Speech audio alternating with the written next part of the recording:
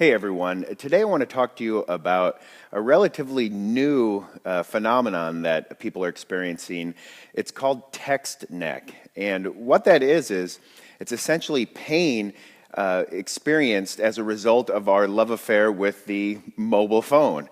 I don't think it takes too much to just realize how big a problem it is when we see ourselves and everyone around us with their nose buried in these devices all day.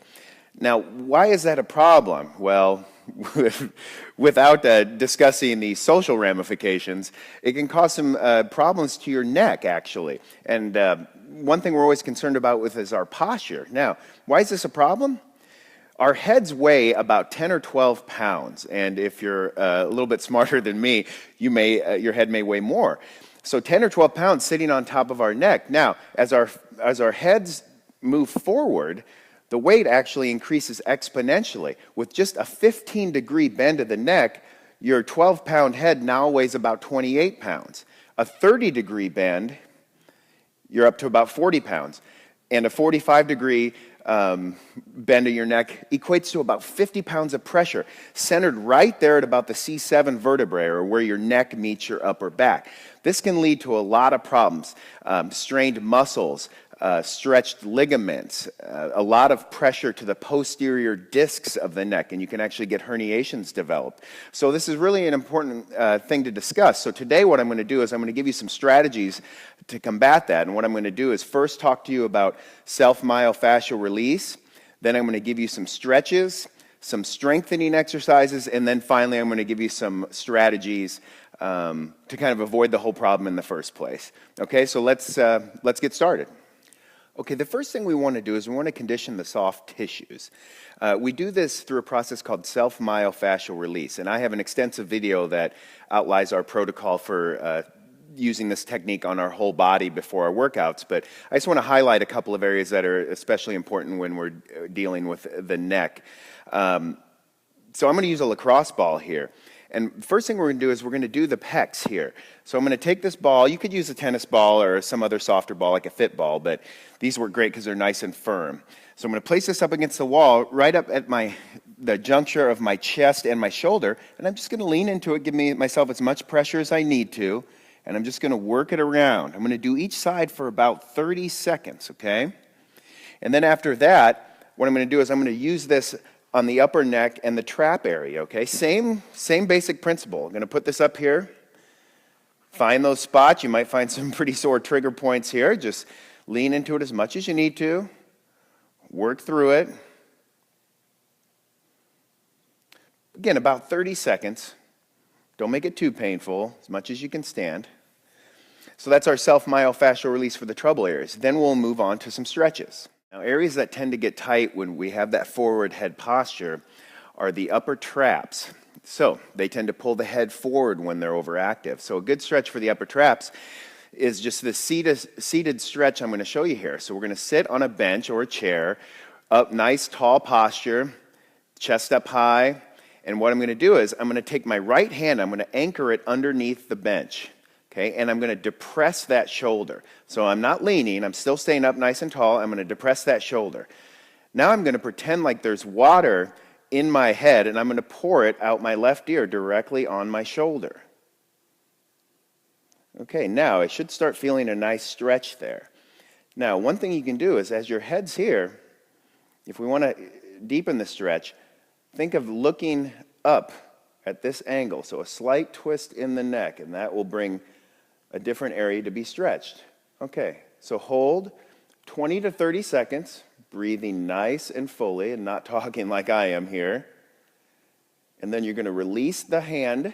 Then what I want you to do is take your hands, grab onto your head, and bring it back to the neutral position. Now the reason we're doing that is if I'm stretching those muscles there, after the stretch, I don't want to immediately just activate those again. So using your hands to place your head back up can be a nice little thing to do at the end.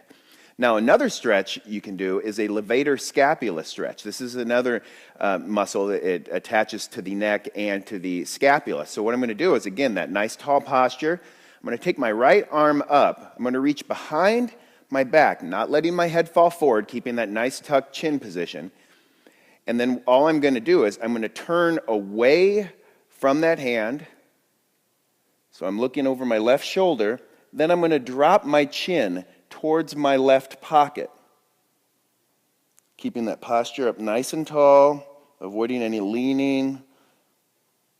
And then I'm just going to, again, release the arm, grab my head with my hands, bring it back to the neutral position. So those stretches can be very effective to alleviate those symptoms of text neck. Okay, we also want to make sure that we give a good stretch to the pecs, these muscles right up here on the front that tend to pull our shoulders together, okay? This happens through just poor posture, sitting at a desk, and those mobile devices again, okay? So to do this, all we need is a door frame. I'm going to use a pole here. Now I'm going to take my arm, I'm going to anchor it on the frame or the pole at about a 90-degree angle here, okay? And then I'm going to just twist my body, begin turning away from that arm until I feel a nice, mild stretch here. And I'm just going to hold and breathe through it. We can hold this for about 30 seconds and do a number of repetitions. We can also do a little contract, relax. So what I'm going to do is I'm going to find that point of stretch.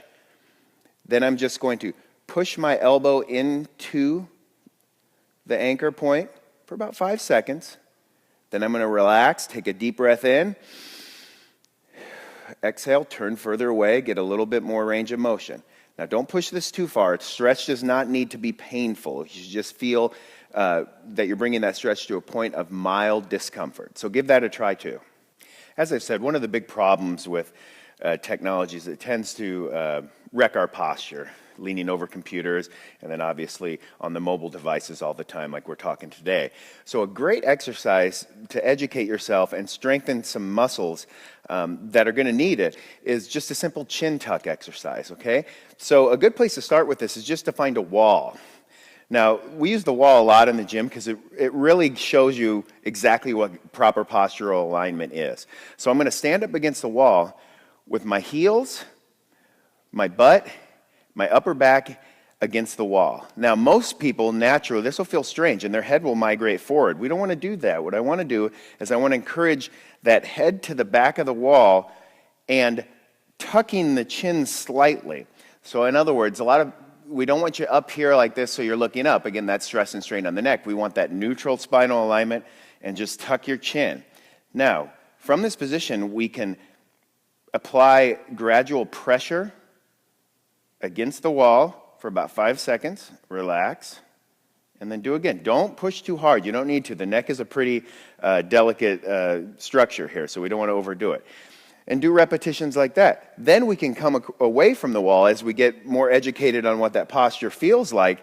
We can come away from the wall and just practice it standing. And I'm just going to use my hand here as a little bit of feedback, and I'm going to push my chin straight back, hold, and then back forward. And this is going to feel odd to people, but we always, a good cue we use is give yourself a double chin. So, and then maybe you already have 2 and you don't want 3. I get it, but come on, we're talking about posture here. So, again, just tuck and release. That's a great way to start learning proper posture.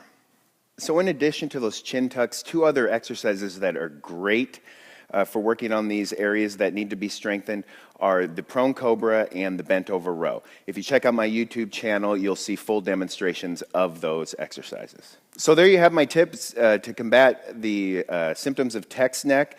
We're going to do self-myofascial release, we're going to do some stretching, and then finally some strengthening exercises. But one other point I should probably bring up here is, how about we just get out of the habits that lead to this problem? We tend to text with our chins tucked down and the phone device right here.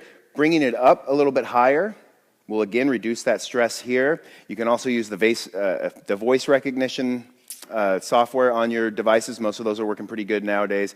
Or maybe just try good old-fashioned communicating in person or through voice, actual voice. Maybe that would help as well. So if you have any other questions, you can contact us at www.thebodysmith.com.